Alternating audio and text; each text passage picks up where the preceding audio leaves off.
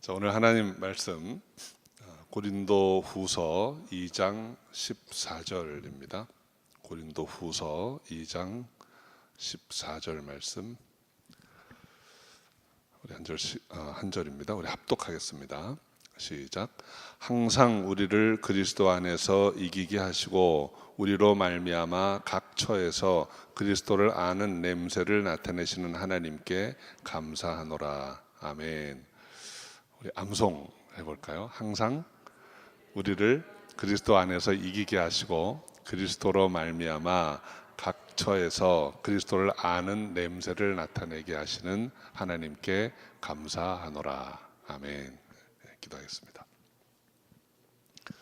주님 감사합니다. 오늘 귀한 날 하나님께서 허락하셔서 주님 전에 나와 예배드릴 수 있게 하시니 감사합니다. 우리의 마음이 주님께로 더 가까이 나아가며 그 뜻을 쫓아 행함으로 승리하는 삶을 살게 하여 주옵소서. 감사하옵고 예수님의 이름으로 기도합니다. 아멘. 우리 그리스도인의 삶은 영적 싸움이라고 했습니다. 예수님 말씀대로 이제 살려고 하는데 유혹이 오고 핍박이 오기도 합니다. 예수 잘 믿고 살려고 하는데 갑자기 원치 않는 일들이 일어납니다. 질병과 사고로 힘들어하기도 합니다. 그럴 때면 우리 신앙이 이제 흔들리기도 하는 것입니다.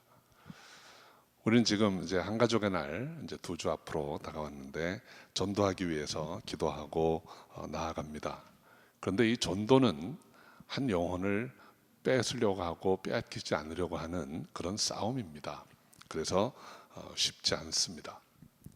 우리가 선교를 위해서 헌신하고 나아갈 때도 어려운 일들이 많이 일어납니다. 특히 일선에서 수고하시는 선교사님들은 여러 가지 공격에 아주 노출되어 있고 힘들어 하시기도 합니다. 그래서 우리 그리스도인의 모든 삶과 사역은 영적 싸움이라고 하는 것입니다.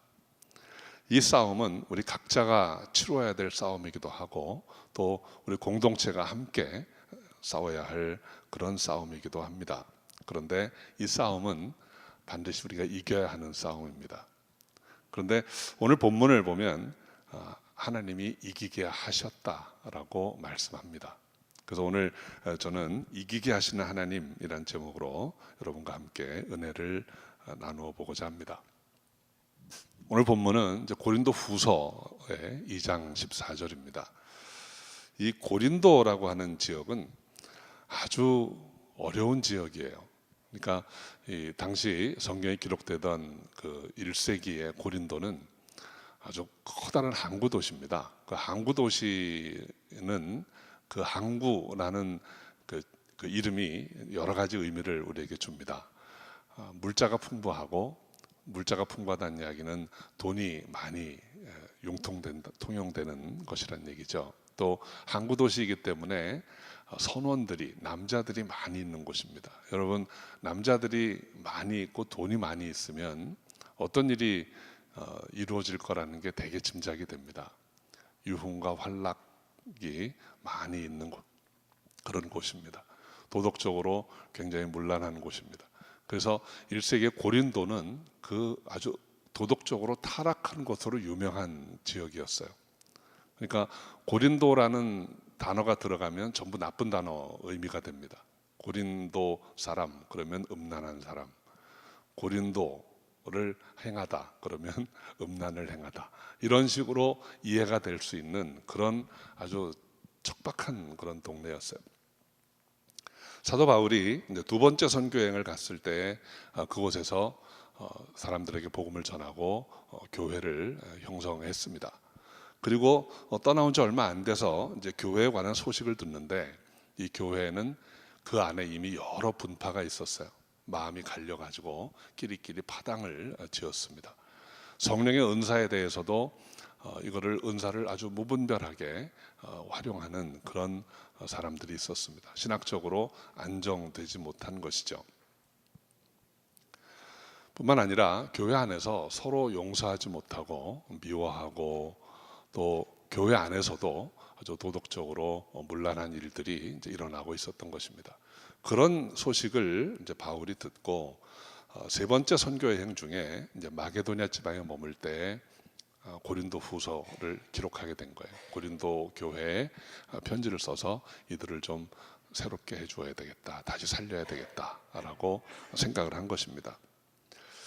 이제 그런 배경을 우리가 좀 염두에 두고 오늘 본문을 살펴봅니다. 오늘 본문 말씀 다시 한번 또 함께 읽어봅니다. 항상 우리를 그리스도 안에서 이기게 하시고 우리로 말미암아 각 처에서 그리스도를 아는 냄새를 나타내시는 하나님께 감사하노라. 아멘. 우리 번역 성경에는 나오지 않는데 이제 원어 성경을 보면 오늘 본문 맨 앞은 접속사로 시작됩니다. 헬라어로 대라는 말로 시작하는데 영어로 하면 but, 우리말로 하면 그러나입니다. 그러나. 앞에 어떤 내용들이 다 기록이 돼 있죠. 그런데 오늘 본문은 그러나 항상 우리를 그리스도 안에서 이기게 하시는 하나님께 감사하고, 그러나라는 말은 계속 영향을 끼치는 것입니다. 그러나 우리로 말미암아 그리스도 안에서 향기, 하나님을 기쁘시게 하는 향기로운 그런 냄새를 내게 한다는 거예요. 그래서 사람들이 우리를 통해서 그리스도를 알게 되는 그런 냄새를 나게 한다는 그것을 인해서 하나님께 감사하자 이렇게 말합니다. 그럼 그러나 했는데 그 앞에 어떤 내용이 있기에 그러나라고 했을까요? 이 고린도후서 앞에 1장, 2장 내용을 쭉 살펴보면 환난입니다. 너희가 지금은 환난을 당하고 있다. 환난 중에 있으나, 그리고 교회 안에 분파가 일어나 있고 서로 막 싸우고 갈등을 일으키고 힘들어하는 그런 형편에 있지만, 그러나 항상 우리를 그리스도 안에서 이기게 하신 하나님께 감사하자. 우리로 말미암아 그리스도를 아는 냄새를 나타나게 하시는 우리 하나님께 감사하자 이렇게 말하는 것입니다. 다시 말씀드리면 우리 교회의 삶이, 이 고린도 교회의 삶이 영적 싸움의 한복판에 있지만, 환난을 받고 고통스럽고 힘들어하는 가운데 있지만, 그러나 그것 때문에 낙심하지 말고 주님을 바라보자는 거예요.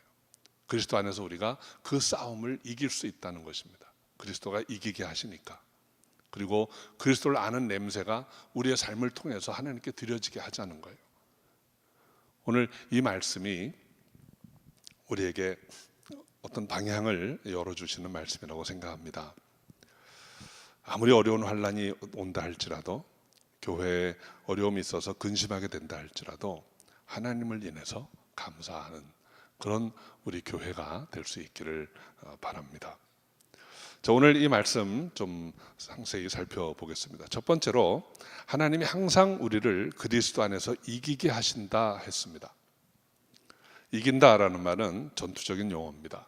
우리 그리스도인은 누군가와 또 그 무엇인가와 싸운다고 하는 것입니다. 그렇다면 우리에게 적이 있다는 것이죠. 우리 그리스도인의 적이 과연 무엇이겠습니까? 누가 우리의 적입니까? 그리스도인의 적은 크게 두 종류입니다. 하나는 외부에 있는 적이고 다른 하나는 내 내면에 있는 적입니다. 외부에 있는 적은 바로 음부의 권세입니다. 외부에 있는 음부의 권세가 우리를 많이 공격합니다. 그 중에도 우리가 제일 많이 싸우는 것은 전도할 때 싸움이 일어나는 거예요. 이 밖에 있는 적, 음부의 권세가 결국은 불신자들의 영혼을 붙들고 있고, 믿는 우리도 할 수만 있으면 믿는 길에서 넘어지게 하려고 모든 수단과 방법을 가리지 않고 우리와 대적하고 있는 것입니다. 여러분, 불신자를 전도하다 보면 아주 편안하게 잘 됩니까? 전혀 믿지 않는 사람들을 전도하다 보면 아주 강한 반발에 부딪힙니다. 왜 신앙을 강요하느냐? 왜 예수만 믿어야 되느냐? 또 심지어는 그렇게 독선적으로 살지 말라 이렇게 충고까지 합니다. 여러분, 전도한다는 것은 쉬운 일이 아닙니다. 영적인 싸움입니다. 그 영혼을 묶여 있는 데서 풀어내와야 되는 것이기 때문에 결코 쉬운 일이 아닙니다. 때로는 믿지 않는 사람들이 우리보다 더 커 보일 때도 있습니다. 더 많이 가진 것처럼 보이고 우리를 압도하는 것처럼 보일 때도 있어요. 그러나 그 싸움은 우리가 이기게 되어 있는 싸움입니다. 왜 그렇습니까? 하나님이 우리를 이기게 하신다고 이미 약속하셨기 때문입니다. 마태복음 10장 18절에 보면 음부의 권세가 이기지 못할 것이다 라고 예수님께서 약속해 주셨어요. 한 3주 전에 그 천국 열쇠라는 제목으로 설교할 때 음부의 권세가 이기지 못하는 교회가 어떤 것인지 말씀을 드렸습니다. 혹시 못 들으신 분이 있을 것 같아서 간략히 말씀드리면, 여러분, 음부의 권세라는 말은 음부의 문이라는 뜻이에요. 음부의 문이 교회를 이기지 못한다는 거예요. 교회가 가서 문을 두드리고 힘을 줘서 부수면 그냥 깨진다는 거예요. 그러니까 음부의 세력이 약하다는 것입니다, 교회보다. 그래서 교회가 나아가면 음부의 권세가 저항할 수 없다는 거예요. 우리가 묶인 영혼을 찾으러 나가서 교회가 복음을 선포하면 음부의 권세가 붙잡고 있다가 놓칠 수밖에 없다는 거예요. 그러니까 우리는 무엇을 믿고 전도할 수 있습니까? 그 하나님의 권세를 믿고 전도하는 것입니다. 우리가 주 예수를 믿으라, 그리하면 너와 내 집이 구원을 얻으리라 라는 이 말씀이 당장은 안 들으려고 하고 저항하지만 뒤에 있는 음부의 권세가 견딜 수 없기 때문에 결국 하나님께로 돌아오는 것입니다. 전도하시기 바랍니다. 그래서 외부의 적, 음부의 권세와 싸워 이기는 저 여러분 되시기를 바랍니다. 두 번째로, 우리의 싸움 상대는 우리 마음입니다. 우리 내면입니다. 내면의 갈등으로서의 영적인 싸움을 우리가 계속 싸운다는 거예요. 마태복음 19장에 보면 영생을 바라던 부자 청년의 이야기가 기록되어 있습니다. 이 젊은 부자 관원이 어느 날 예수님을 찾아왔습니다. 영생에 관심이 있어서 예수님을 찾아옵니다. 내가 어떻게 영생을 얻으리까? 예수께서 내가 성경을 아느냐? 라고 물으니까 나 율법 다 지켰습니다. 성경 내가 알고 율법 다 지켰습니다. 예수님이 내게 오히려 한 가지 부족한 것이 있으니 내게 있는 재물을 다 팔아서 가난한 사람들 주고 너는 나를 쫓으라, 이렇게 말씀하세요. 그러니까 청년이 재물이 많은 고로 근심하며 돌아가니라 그랬습니다. 주님께 나오는 것을 가로막는 게 있다는 거예요. 내가 주님을 따르기 원하는데 주님을 따르지 못하게 하는 그런 걸림돌들이 내 안에 있는 것입니다. 그 물질에 대한 애착, 집념이 주님을 따르지 못하게 했던 것입니다. 이 싸움을 이겨야 합니다. 열왕기하 5장에 보면 아주 유명한 나만 장군의 이야기가 나옵니다. 그는 나만 장군, 아주 굉장히 높은 벼슬을 하던 그런 사람이에요. 그런데 문둥병이 걸렸습니다. 불치병입니다. 당시로서는 소망이 없습니다. 아마 높은 지위의 군대 장관이었으니까 용하다는 의원 다 불러보았고 할 수 있는 주술도 다 해봤을 거예요. 그런데 병이 낫질 않습니다. 마지막으로 찾은 것이 하나님의 종 엘리사에게 가서 기도받는 것이었어요. 그래서 어려운 걸음을 했습니다. 당시로서는 큰 나라, 아람 나라에서 조그만 나라 이스라엘로 행차를 온 거예요. 기도받으려고. 그런데 왔을 때 어떤 일이 있었습니까? 선지자 엘리사가 나와 보지도 않습니다. 그냥 요단강 가서 물을 몇 번 담그시오. 그 말을 듣고 나만이 어떻게 반응합니까? 처음에 화를 냅니다. 지가 나를 뭘로 보고, 나와서 기도도 한마디 안 해주고 요단강 가라고. 요단강보다 훨씬 넓고 깨끗하고 좋은 강이 우리 고향에 있는데 이런 조그만 개울 같은 데다가 들어갔다 나오면 내가 난다고 화를 내고 돌아가려고 합니다. 하나님의 은혜의 길을 가로막힐 뻔했습니다. 무엇이 가로막을 뻔한 걸까요? 자존심입니다. 내가 누군데 하는 생각입니다. 그런데 그 여종의 말을 듣고 돌아간들 별 수 있겠습니까? 하다 안 돼서 온 거 아닙니까? 이게 마지막인데 한번 나아가 보시죠. 그때 나아가서 그런 치유를 받습니다. 우리가 영적 싸움 중에 하나는 내 자존심과의 싸움이에요. 그래서 하나님이 인도하시는 길로 못 갈 때가 많습니다. 여러분, 하나님께 나아가는 길이 나를 이겨야 되는 길이라는 것을 꼭 기억하시기 바랍니다. 예수님이 나를 따라오려거든 자기를 부인하라 그랬습니다. 그 중에는 나의 자존심도 들어있습니다. 그것을 딛고 일어나서 주님을 따를 수 있는 저 여러분 되기를 바랍니다. 누가복음에 보면 삭개오라는 인물이 나옵니다. 삭개오는 세리장이었습니다.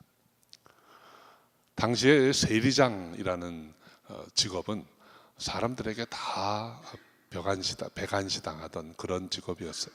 사람들이 세리 그러면 아주 더러운 인종으로 봤습니다. 창기와 같은 급에 놓고 보았습니다. 돈은 많이 벌었지만 동족들에게서 외면당하고 사람 노릇할 수 없는 그런 직업이었어요. 더군다나 세리장입니다. 세리 중에서도 높은 사람입니다. 길거리에 백주에 맘 놓고 돌아다니지도 않았습니다. 괜히 성난 군중한테 잘못 걸리면 돌에 맞을 수도 있습니다. 그런데 아마 이 삭개오가 마음에 곤고함이 있었던 것 같습니다. 어느 날 예수님에 대한 소문을 듣고 예수님이 자기 동네 여리고에 오신다는 말씀을 듣고 내가 이분을 만나리라 작정을 하고 나아갑니다. 그런데 그런 여러 가지 장애물이 있었습니다. 그는 다른 사람들보다 키가 작아서 사람들에 가려서 예수님 지나가는 거 볼 수가 없다 그랬어요. 또 그가 거리로 나왔다는 것은 일단 많은 위험을 자초한 일입니다. 사람들이 그를 알아보고 저거 세리장이다 하고 성난 군중이 잘못 움직이면 돌로 들어칠 수도 있습니다. 그런데 이 사람 예수 보기를 원했어요. 내가 저분만 볼 수 있다면. 그래서 그 모든 난관을 딛고 그는 그 근처에 있던 나무 위로 올라갑니다. 여러분, 나무 위로 올라가는 일이 쉬운 일 아닙니다. 여러분, 어른들이 나무 위에 올라가는 일은 누가 합니까? 여러분 40 넘어서 나무 위에 올라가 보신 적 있어요? 쉽지 않은 일입니다. 더군다나 사람들이 자기를 세리장이라는 걸 알아봅니다. 아주 위험한 일이지만 그는 딱 한 가지 목적 때문에 거기 올라갔어요. 무엇이었습니까? 그리스도를 보기 원하는 거였어요. 그리스도를 보기 원하는 것은 그리스도를 향한 믿음이 이미 들어와 있다는 것입니다.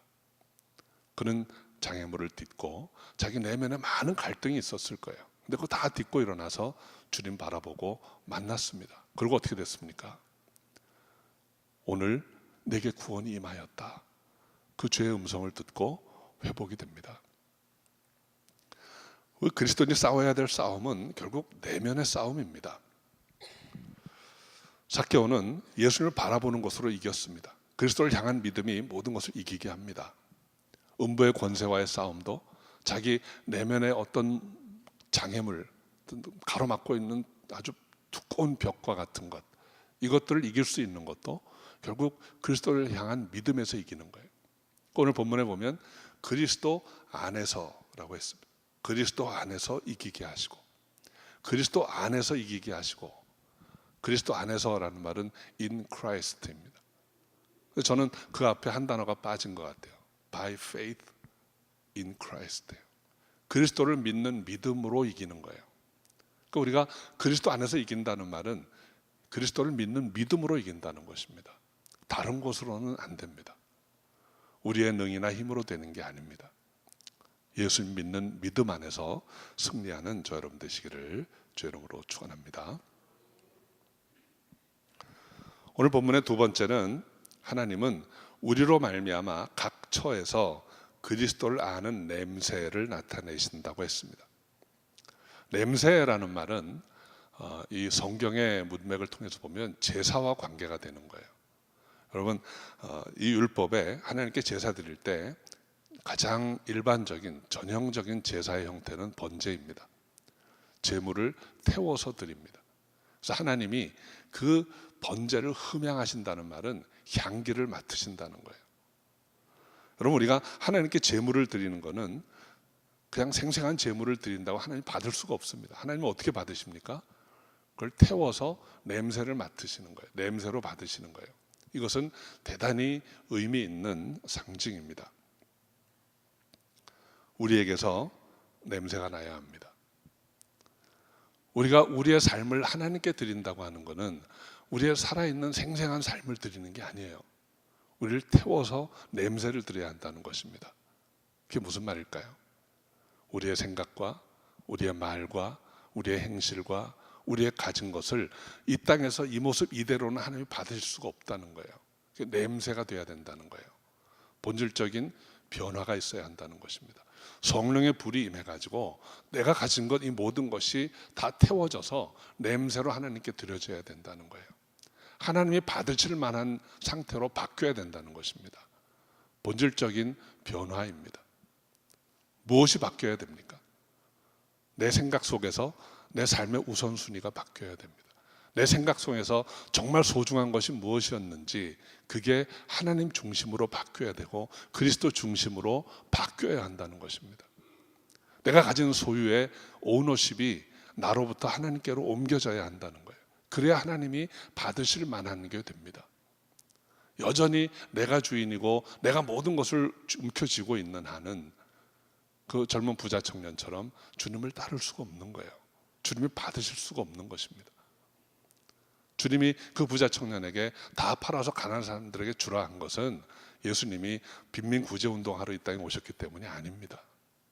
내 물질을 태워서 받으실 만한 냄새로 바꾸라는 거예요. 하나님이 받으실 만한 것으로. 변화입니다.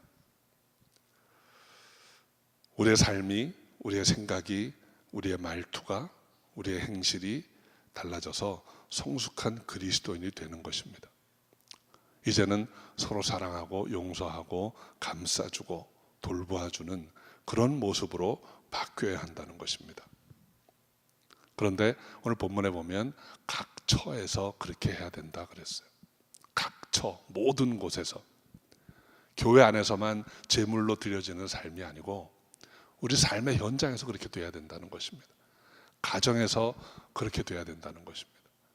여러분이 일하는 일터에서 그렇게 돼야 된다는 것입니다. 나를 알아보지 못하는 사람들만 있는 낯선 곳 여행지에 가서도 그렇게 해야 된다는 거예요. 각 처에서 우리가 있는 그곳에서 우리의 삶이 하나님이 흠양하실 만한 향내로, 냄새로 바뀌어야 한다라는 것을 말씀하고 있습니다. 며칠 전에 제가 공부했던 그 달버신학대학원의 은사 한 분이 소천하셨습니다. 조직신학을 가르치시던 로버트 소시라는 교수님이세요. 한 시대의 석학이셨습니다. 그런데 참 겸손하고 소박한 분이세요.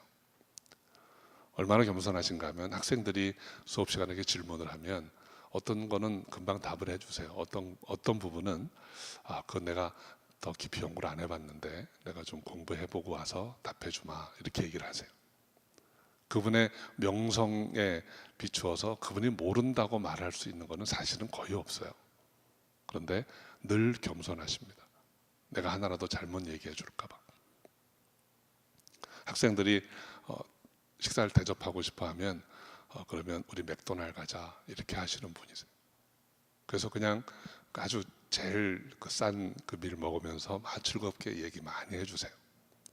그분이 늘 강의 때마다 하시는 이야기가 있습니다. 복음의 능력이라는 것은 우리의 변화된 삶이다. 아무리 성경을 많이 읽고 교리를 많이 알고 정말 어떤 학자들과 디베이트해서 이길 수 있는 능력이 있어도 네 삶이 변화되지 않으면 그건 다 아무 유익하지 않다 이렇게 말씀하셨어요. 여러분, 우리가 우리 삶을 통해서 향기가 나야 됩니다. 그리스도의 향기가 나야 됩니다. 사람들이 저 사람을 보니까 그리스도 믿는 사람 같아, 예수 믿는 사람 같아 라고 느낄 수 있는 그런 그리스도를 아는 냄새가 저와 여러분의 삶에서 날 수 있기를 주의 이름으로 축원합니다. 우리 교회는 하나님의 군대입니다.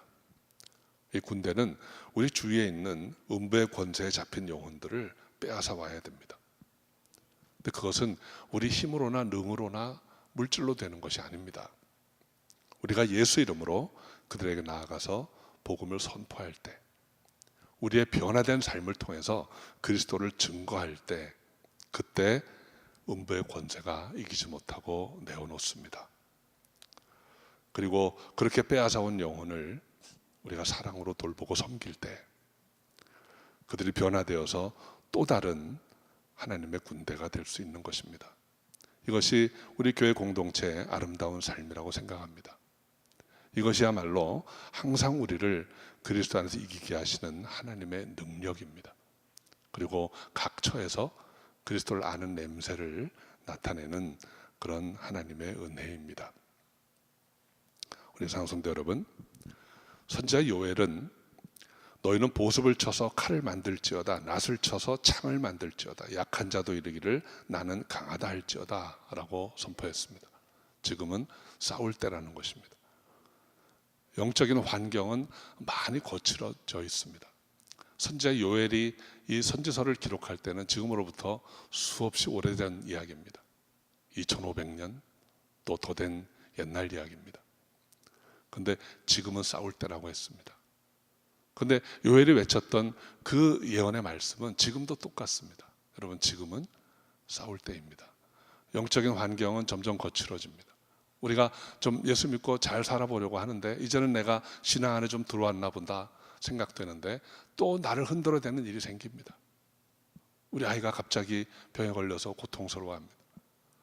잘 되던 일이 잘 안 풀리기 시작합니다. 그럴 때면 우리는 이 영적인 거를 잊어버리고 거기에 매달리기가 참 쉬워요.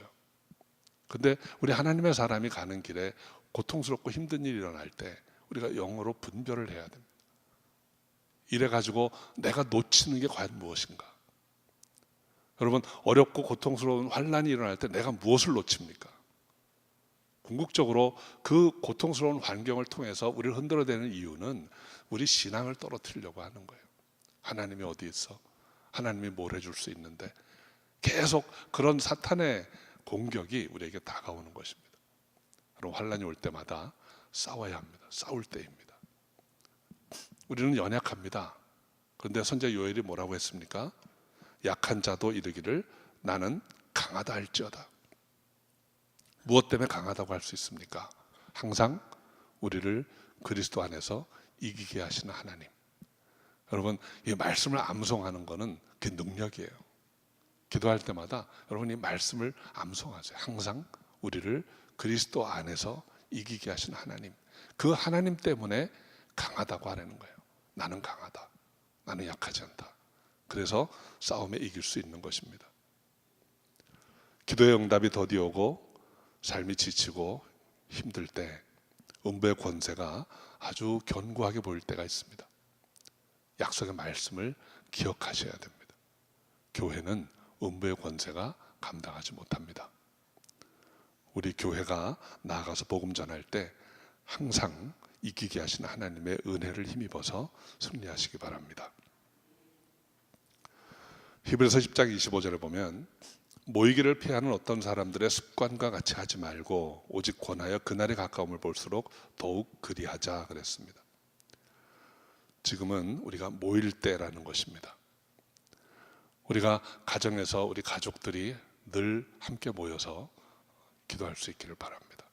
우리 가정교회 정말 자주 모여서 서로 중보하고 기도할 수 있기를 바랍니다. 교회에서 은혜의 자리가 열릴 때마다 오셔서 같이 모여서 기도하시기 바랍니다. 그리고 모인 우리를 통해서 그리스도를 아는 냄새가 나타내어지기를 바랍니다. 그래서 어느 곳에 가든지 여러분이 가는 곳에 그리스도의 냄새가 나고 그리스도의 능력이 나타나는 그런 축복이 있기를 바랍니다. 우리가 오늘 이 말씀을 통해서 좀 하나님이 내게 바라시는 게 무엇인가 하는 것을 한 번 더 생각해 보시면 좋겠습니다. 지금은 싸울 때입니다. 영적인 싸움을 싸울 때입니다. 우리의 싸움은 혈과 육에 대한 것이 아닙니다. 영적인 싸움을 싸울 때입니다. 그리고 그 싸움은 내 힘과 능으로 되는 것이 아니고 우리의 변화된 삶을 통해서 그리스도를 증거할 때 이길 수 있는 것입니다. 우리의 생각과 우리의 행실과 우리의 가진 모든 것이 성령의 불로 태워져서 주님 받으시기에 합당한 냄새가 되기를 바랍니다. 그 냄새를 통해서 사람들이 그리스도를 알게 되고 그리스도를 알게 됨으로 하나님께 영광 돌릴 수 있는 그런 아름다운 삶, 사역이 될 수 있기를 주 이름으로 축원합니다. 기도하겠습니다. 아버지 하나님, 항상 우리를 그리스도 안에서 이기게 하시는 그 하나님의 능력 인해서 감사와 찬양과 영광을 돌립니다. 우리로 말미암아 그리스도를 아는 냄새를 나타내게 하시는 그 하나님의 능력 안에서 우리가 세상에 나가 증인으로 살기 원합니다. 그래야 해서 주님이 기뻐하시는 일을 아름답게 잘 감당하고 몸된 교회가 더욱 사랑과 은혜와 기쁨의 공동체로 나아갈 수 있도록 축복하여 주옵소서. 주께서 함께 하실 줄 믿사옵고 예수님의 이름으로 기도합니다. 아멘.